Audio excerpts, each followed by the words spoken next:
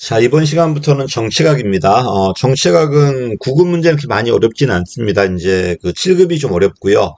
7급은 학자 문제가 많이 나오니까 7급에서는 정치학이 발목이 될 수 있어요.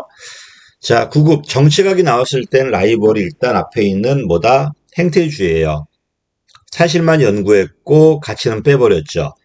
근데 60년대에 미국 사회 문제 등장하다 보니까 이제 가치까지 연구한 학문이 필요하거든요. 그때 등장한 게 이제 정책학이고, 그지? 그 다음에 이제 아버지가 두 분 나오죠. 라스웰과 드로어. 라스웰은 50년대, 드로어는 60년대 후반에. 그래서 이 두 분의 패러다임도 비교하셔야 돼요. 또 정치학이 잘 나오는 게 공식 참여자와 비공식 참여자도 많이 물어봐요. 공식은 정치학은 법적 권한이 있는, 어겼을 때 처벌이 들어갈 수 있는 강제력이 있다는 의미고요.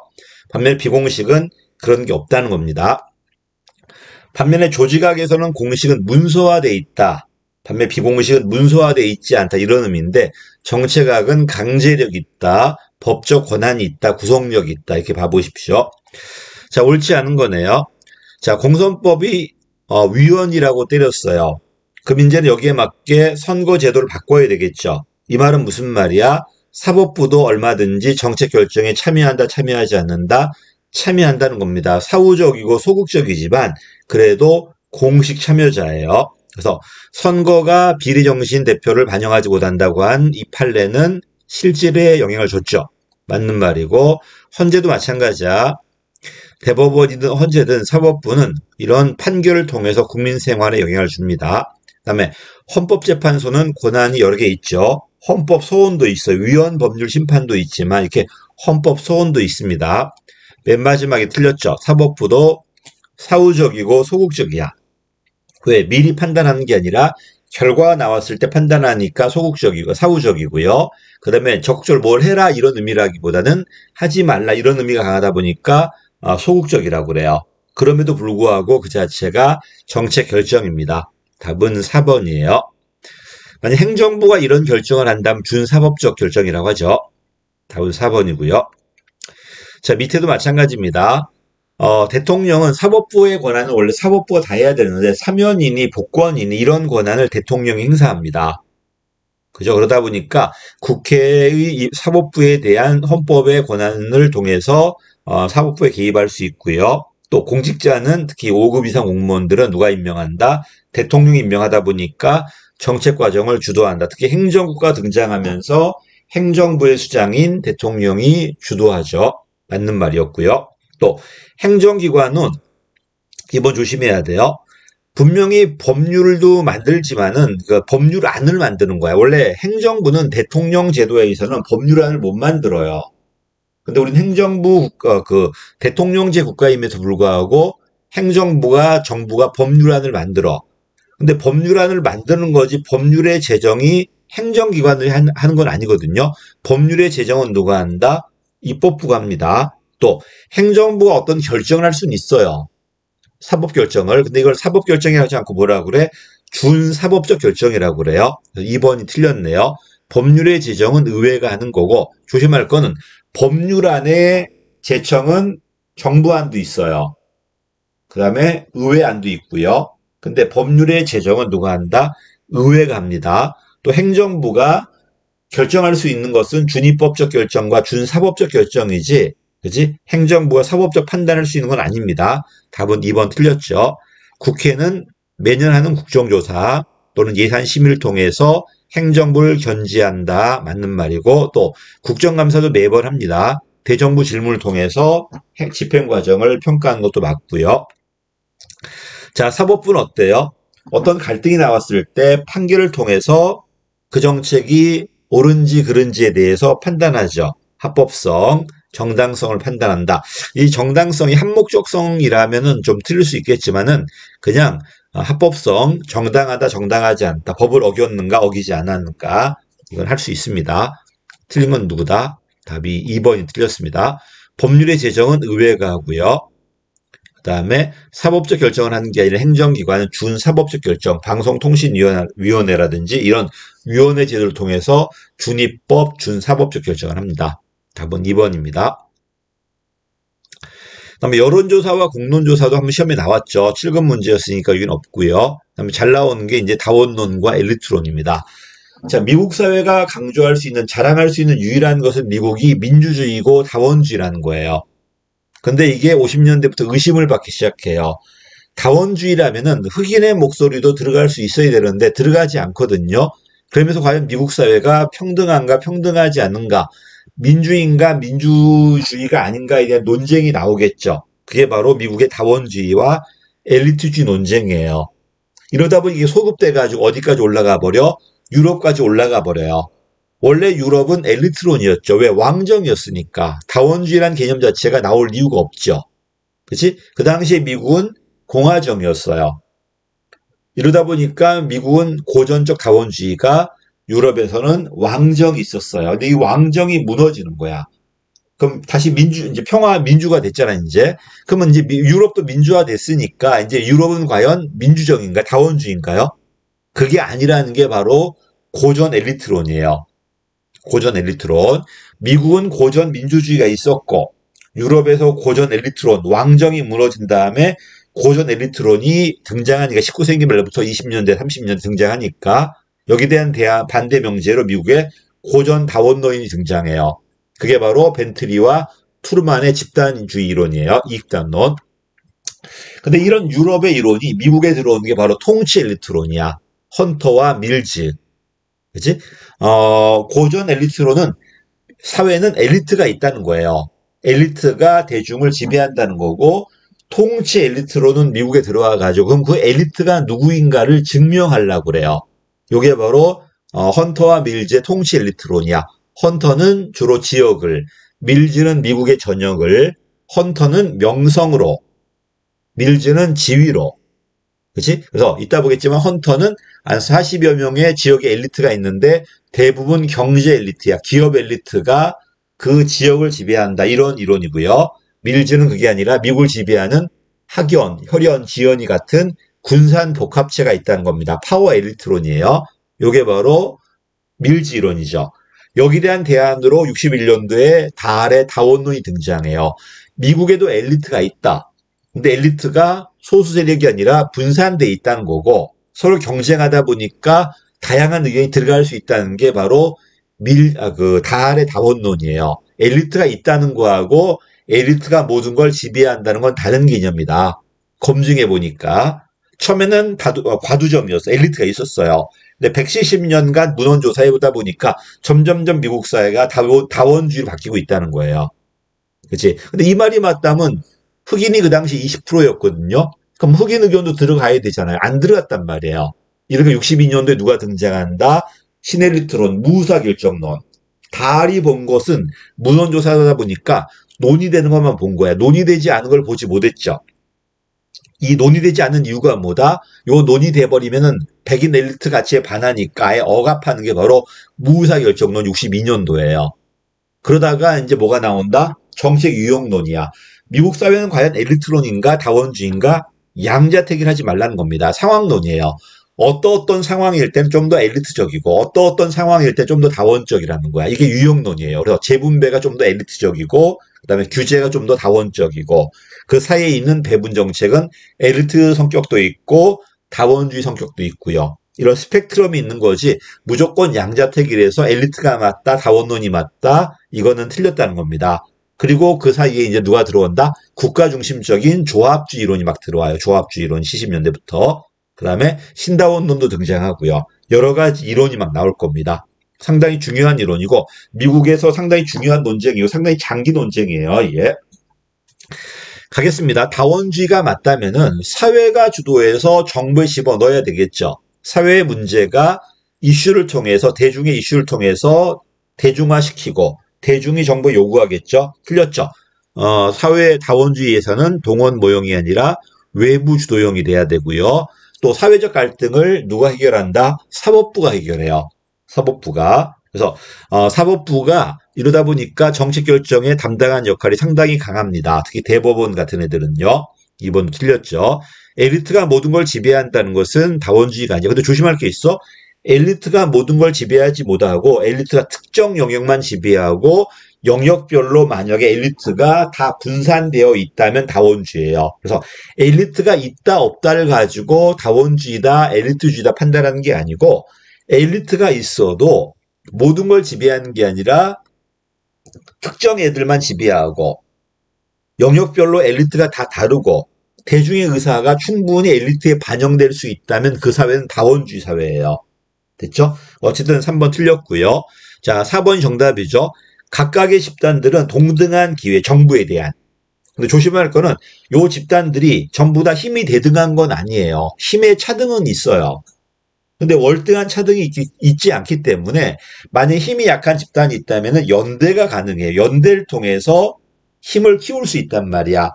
이러니까 국가는요. 설사 어떤 집단이 힘이 세더라도 이 사람들의 의견만 반영할 수는 없어요. 왜? 다른 애들이 연대했을 때 더 강해질 수 있단 말입니다. 맞죠? 이러면서 합종 연행을 통해서 각각의 집단의 의견이 들어갈 기회가 있다는 거야. 근데 조심할 거는 그렇다고 해서 각 집단의 힘이 대등하다는 의미는 아니야. 대등하지는 않지만은 서로 연대를 통해서 서로 견제 균형이 가능하다는 겁니다. 답은 옳은 거니까 4번이 맞죠? 이건 외부 주도형이 돼야 되고 이거는 강화해야 되고요. 엘리트가 모든 걸 지배하는 게 아니라 분야별로 엘리트가 다 달라야 되고요. 답은 4번입니다.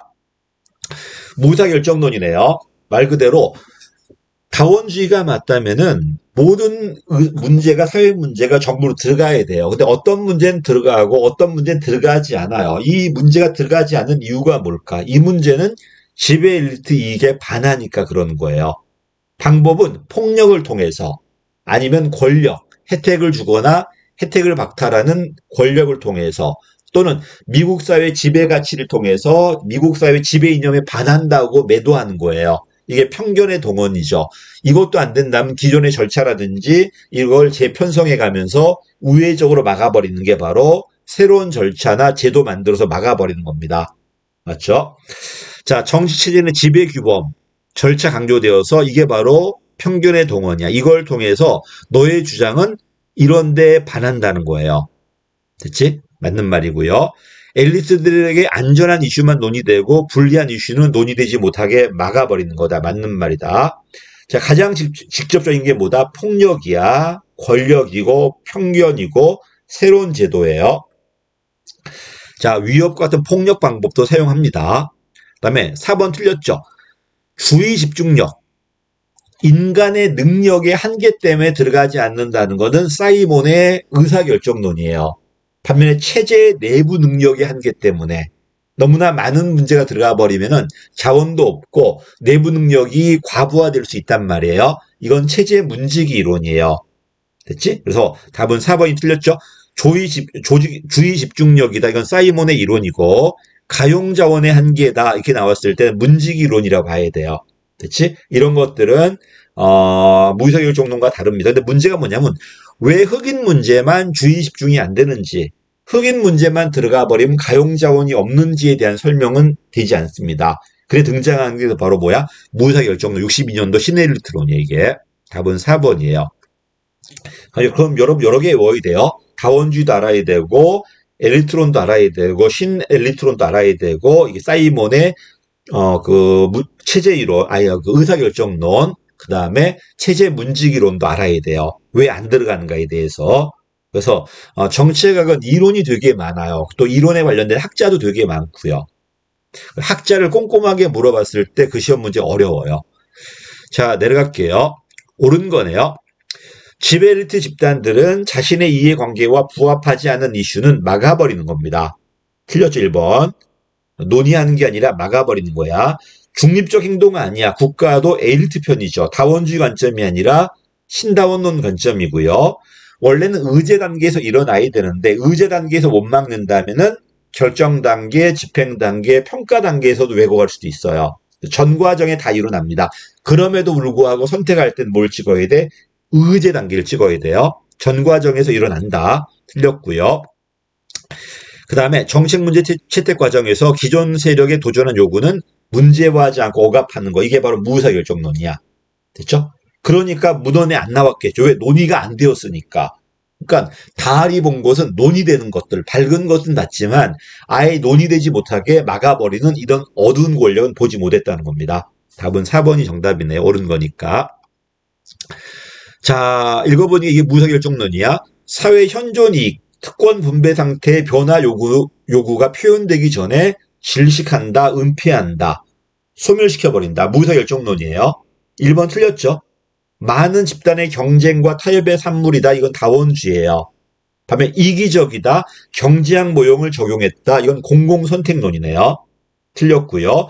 자, 3번이 정답이네요. 기득권 이익을 수호하는 보수 성격이다. 이게 정답이야, 지금. 반면에 4번은 거버넌스야. 정부가 단독으로 하는 게 아니라 시장과 시민사회와 함께 한다. 특히 유거버넌스네, 이거는. 됐지? 답은 3번이 맞습니다. 1번은 다원주의, 그 다음에 2번은 공공선택론, 3번이 정답이고요. 4번은 유거버넌스야. 거버넌스 이론이다, 이거는. 자, 20번입니다. 콥과 엘도 아저씨. 사회 문제가 어떻게 들어가는가에 따라서 외부 일반 대중에게 들어간다. 외부 주도형. 최고 책임자가 데리고 들어온 다음에 홍보한다. 동원형.